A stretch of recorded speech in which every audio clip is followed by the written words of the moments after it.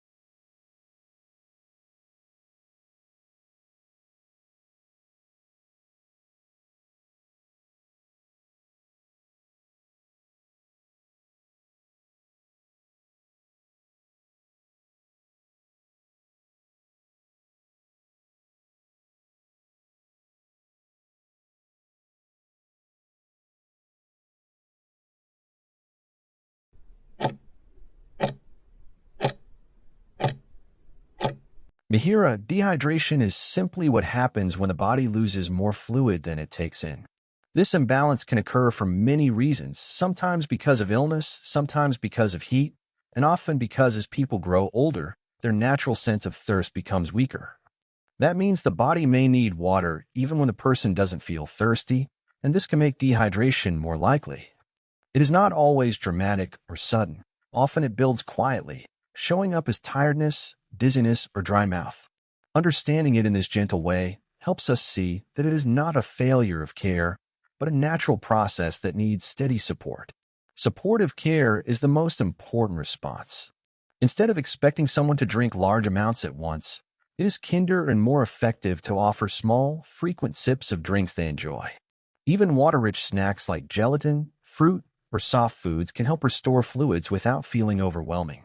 The goal is comfort and consistency, making hydration part of daily rhythm rather than a chore.